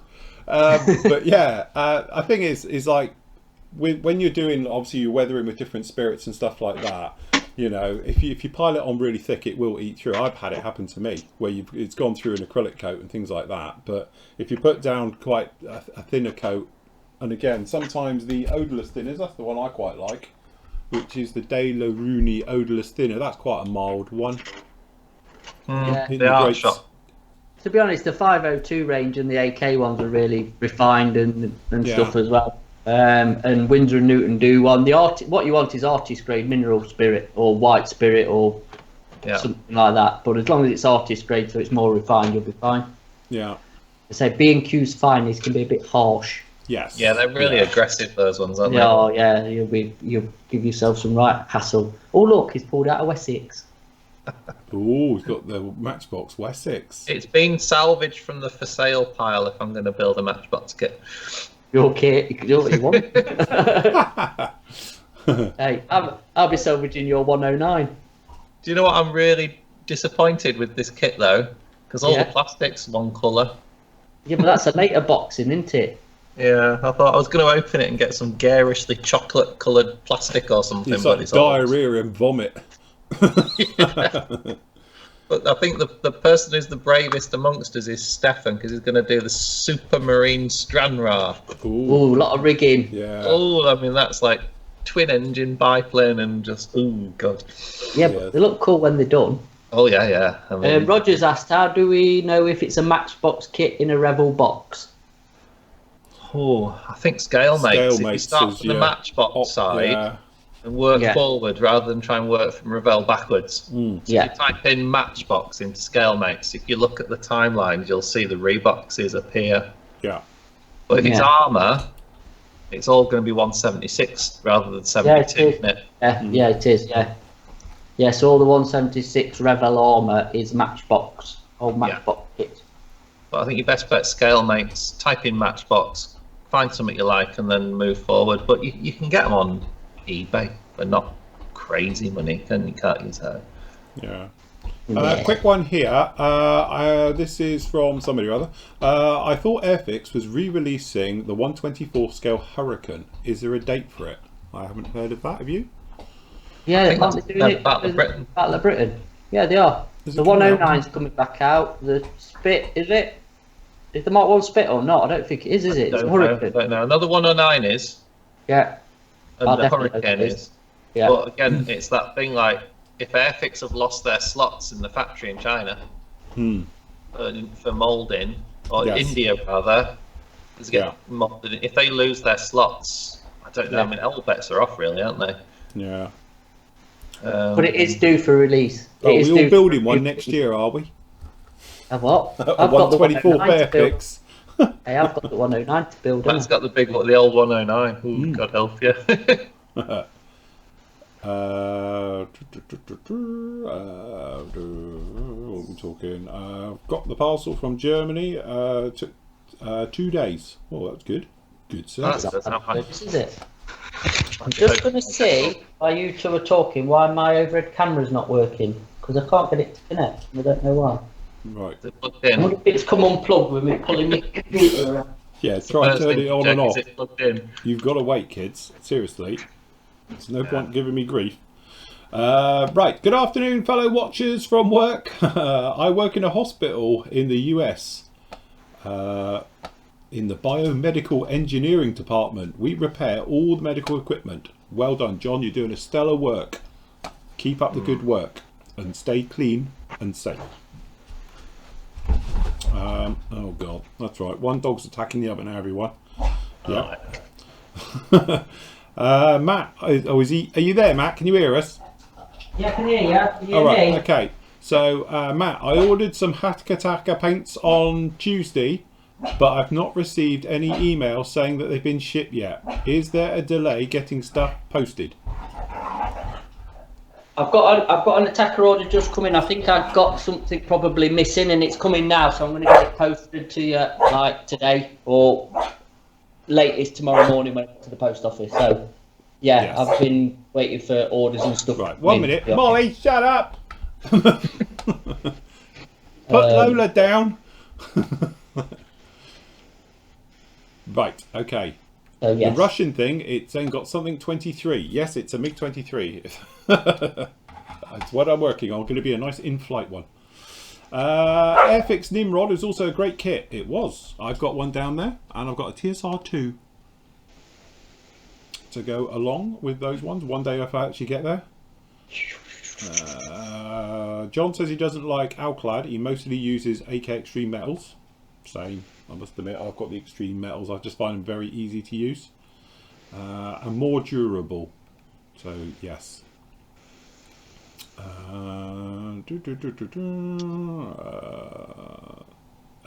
Daryl says he's going through a Star Wars phase at the moment with Bandai. I'm actually missing glue. I tell you, that's the thing. Once you've done a few Bandais, you're suddenly thinking, I haven't used the glue.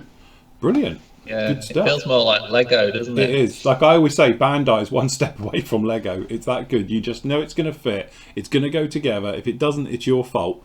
You know, it literally is Lego. Like I was saying, you get guys saying, I've lost my mojo, build Bandai. It's just really therapeutic. Alan's afternoon, everybody. I'm very sorry I can't read out everyone who's written in foreign because I am British and you know what we're like. Everyone should speak English. We are terrible, terrible, terrible. Literally, I can just about order beer and burgers in most European countries. And that's by pointing at the menu. So I do apologise. Terrible, terrible. I feel very guilty. When using Alclad paints with a brush, use Liquitex Flow Aid. Ooh. Oh, that's not a bad idea. I've never used them with a brush. Phil, was it your birthday recently? It was last week. That's it, rapidly approaching 50, not long now. 3 years, is it? That's it, I'm now officially late 40s, I think they say. Yeah, I've got another 2 years yet, we'll be alright. Was it the Matchbox did the Mark 22-24 Spitfire? It was, wasn't it? Yes. That was Got the one. one. Yeah, did you take that from me? That Matchbox Spitfire. Yes. Yeah. Yeah. That and the 109, was it? The 132nd 109? I don't remember. I forgot. I think you've definitely got that funky old Matchbox Spitfire off me there. It was. Yeah, no, I've got the Spit. Yeah, it wasn't the 109, it was the Spit. Yeah, I think the guys are talking here about the ICM, because we were talking about affordable kits. The Foxbat, which I did as well, as a nice kit to build. Yes, really nice ICM kit. Goes together really, really nicely. Clever engineering with that one. Fantastic build that is. Did that one as a full video build.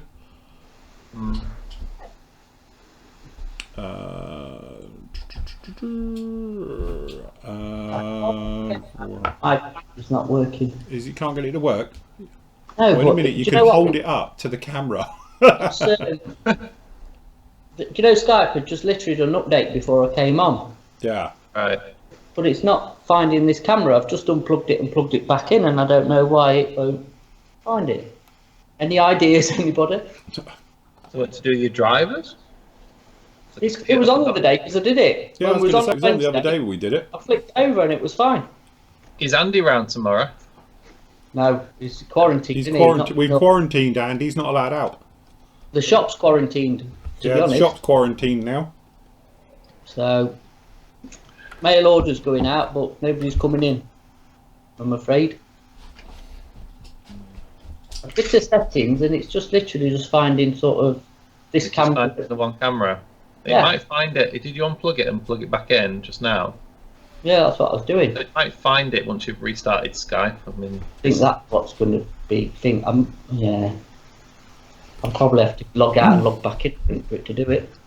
Carlos says, Phil, are you going to be doing a review of the 3rd gen AK paints anytime soon? We've spoken about these a lot over the last few weeks. And again, it's something where, because of the paint range, it's not, you know, like there's not modern aircraft colours and various things. It's very limited on the range of it, at the colours. So at the moment, probably not, I won't go near them because it's nothing I would use them for. But it's something that we have said maybe we'll get a few in with one of our orders for the store and we can have a play with. Yeah, I think what we're waiting, we can't get any sets at the minute. It's all either singles or the full racks. When they'll start doing some sets and then we'll get them in and give them a go. We'll get them in and have a bit of a play with them. Again, I'm always sceptical when, they're not being funny, paint manufacturers have this great thing of putting spin on, you know, the best ever paint and it does this, and you get it and it's just like all the others. So, you know, I must admit, I've been bitten so many times with all these fangled paints and stuff, and I normally get into trouble, let's face it. So, you know, I tend to avoid things like that these days. Saw a video previewing the Kawasaki Ninja H2 Carbon.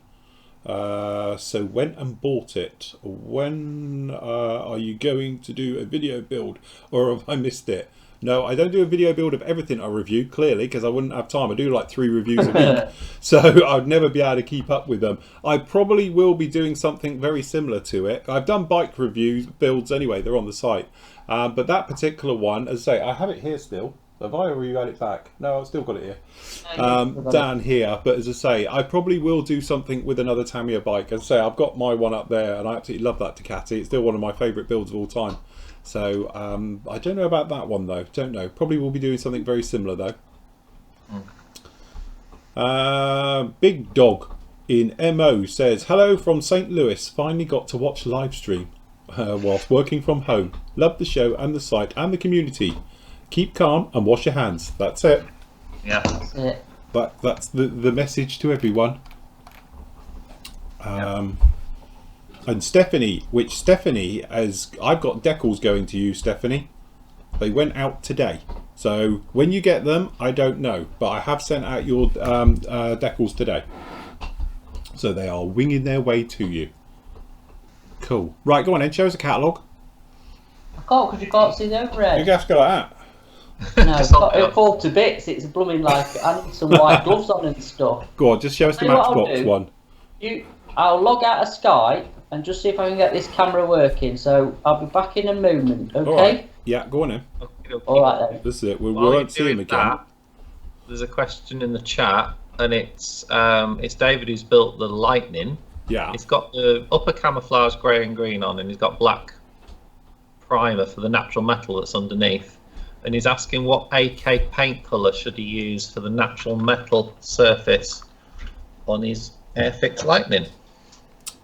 If he wants an AK paint colour,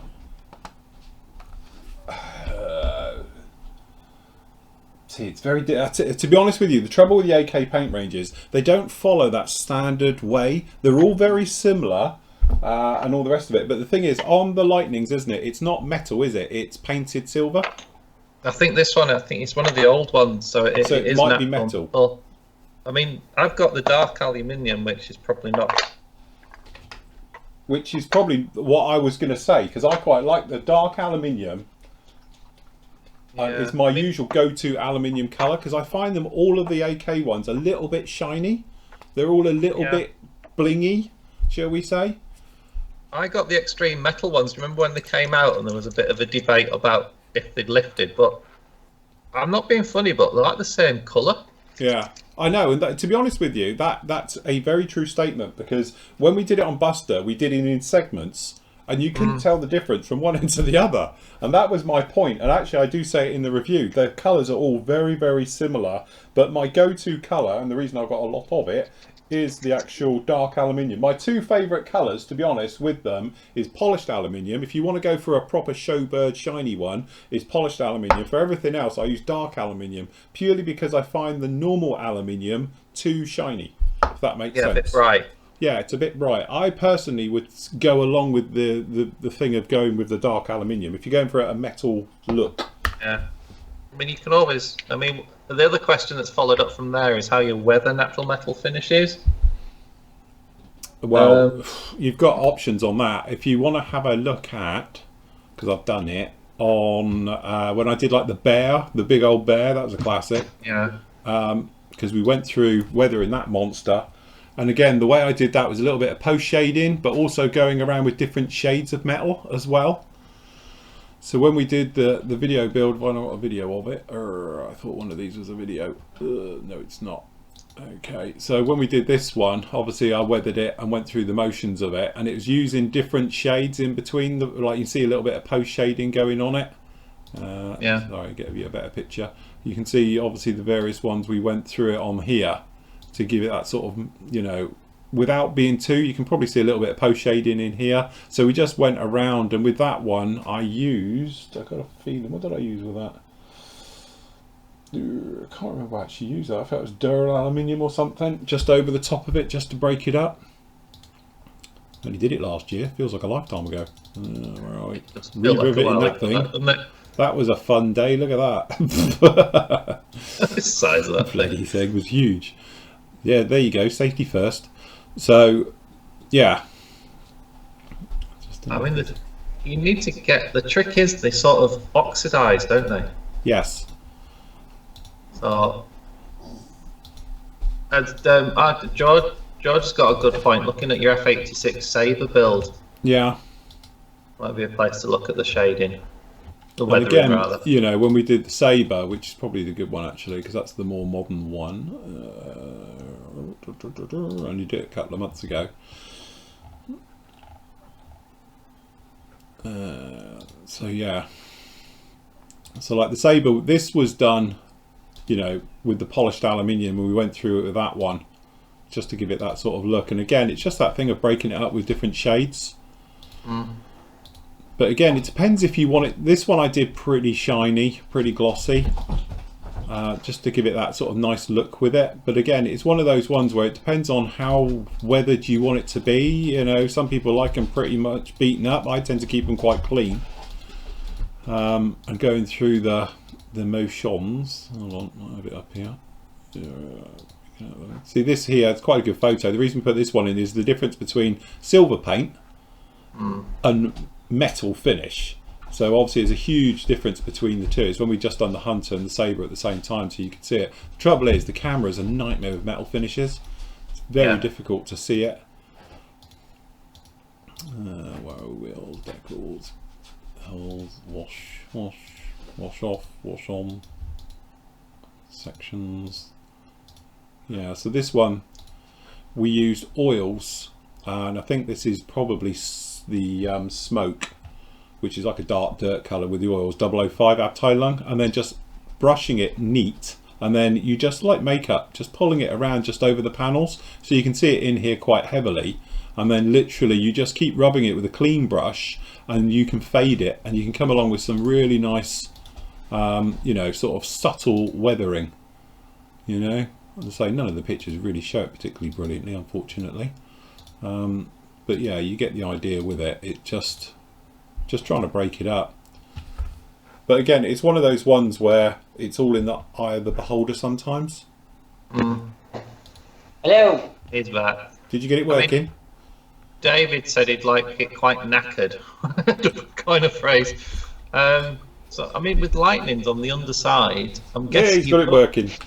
You've got a lot of I think it's fluid leaks. You've got oil and hydraulic fluid leaking all out of it, so you can probably weather it more with grease and brine. Oh, Hey. there we go.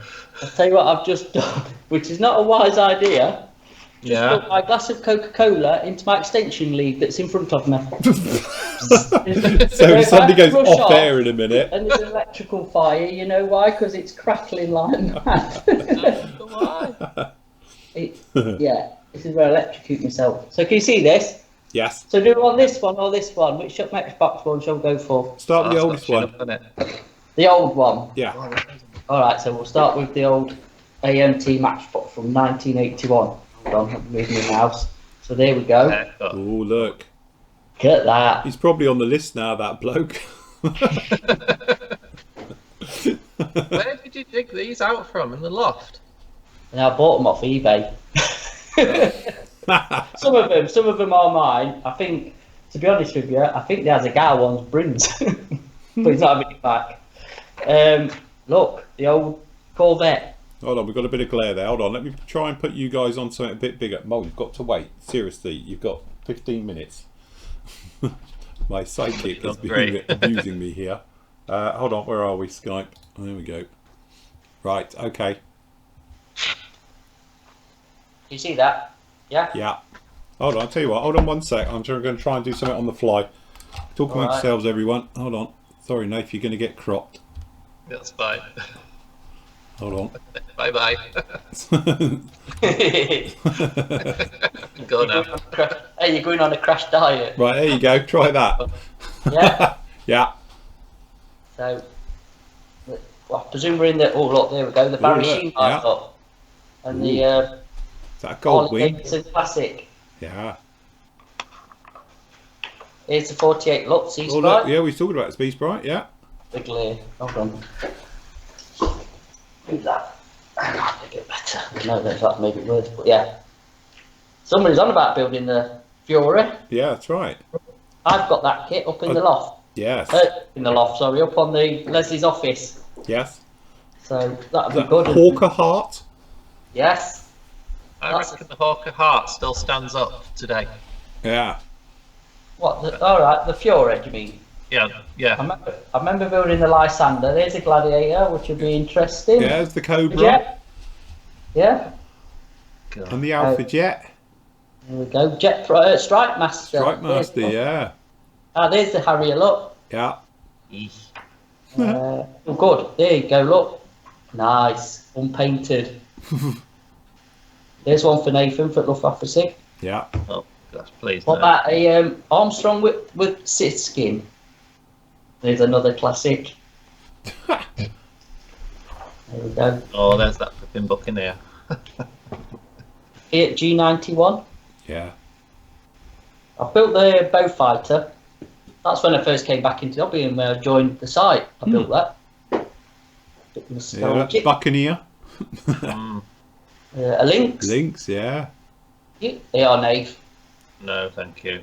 Put the clear parts on that thing and be like, the one above it's all right. Like There's the Sky 410. Yeah. Yeah, and the Lightning. Yeah. I remember the box art for the 110. I used to love that. Right. Look at it in Woolies and Fords. Here's the bigger stuff. Bigham. Well, there's a Wellesley look. Yeah, their Yeah. A10. That was terrible. I've built their vegan. I've done their vegan kit when I was a kid. Is that a Panther or a Banshee? Which one's that? That's Panther. Yeah. There's your. Phantom? Oh, look. Yeah, because you could do both out of that box, couldn't you? Yeah, yeah. Yeah, you can do the RAF or the Navy one. Yeah. What about the 8115 Nathan? Look. That's all right kit, I think. You know, it's one of those things like it's such an unusual subject. Yeah. But still the best one on the market. Different, isn't it? What Yeah, about the there you Voodoo? go. Yay! There's your Prowler. There's the Prowler. There's me Tomcat. Oh, your Tomcat. There, look. You've got to find one, Phil, to do. Yeah, I'm going to have to do it. That was the one, the skin my dad built Yeah. my B25 in. There you got the nice Marauder box art. I'll tell you what, I used to like Max box art. It's really good. Yeah, they were good. You go for somebody with a strand raw. Yeah, there's the Privateer. Yeah, and the Hayford, that'd be cool. Mm-hmm. And there's, oh, All the big stuff. 30-second stuff. Yeah. So, You've got one of those for a future auction. there is. Yeah, there is. Yeah, I definitely. know. Wait a minute. Lysander, Tiger Moth. Very nice. Some of the old classic cars. Mm. See, we forget they did the cars. Because it probably never interested me as a kid, so I never noticed. Proper old sort of form. Old, Yeah, look at the Tyrrell. One racing cars, aren't they? Yeah, the Tyrrell, yeah, and the Surtees.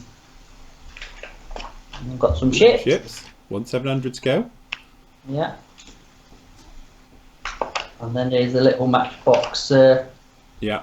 because you built that, ain't you? I've built that exact same kit and it's lovely. It's really good build. That's the one I've got now, the West, with the DAC troops with it. My all-time favourite, I think, for these was the Monty's, that one, Monty's Caravan Yeah. base. So, Ooh, there you go. figures. Build a Budweiser truck. Truck, yeah. Yeah, awesome car. This is the MP bit, I think. So Yeah. some Yeah, decent. there's loads of cars. Isn't Go there? back page. Is that a Capri? Is that a TR6? That? Yeah. No, it's a T-Bird. Oh, That's a Capri, there you go. It's and there's a Golf or a Rabbit. Ooh. Yeah. the 1/25th scale. Yeah, it's when they had the thing with here. Look, here's a dodgy van. Look, Yeah. Well, I like the one on the right. the disco van. Yeah. What that? Yeah, that's all cool. This All is the more trucks. for Trucks. So what scale are they? 1/25th. Oh. You see that? Oh yeah, I couldn't see Yeah. that bit. Sorry, the Cropped up. top wide enough. Here's a fire engine. Look. Yeah.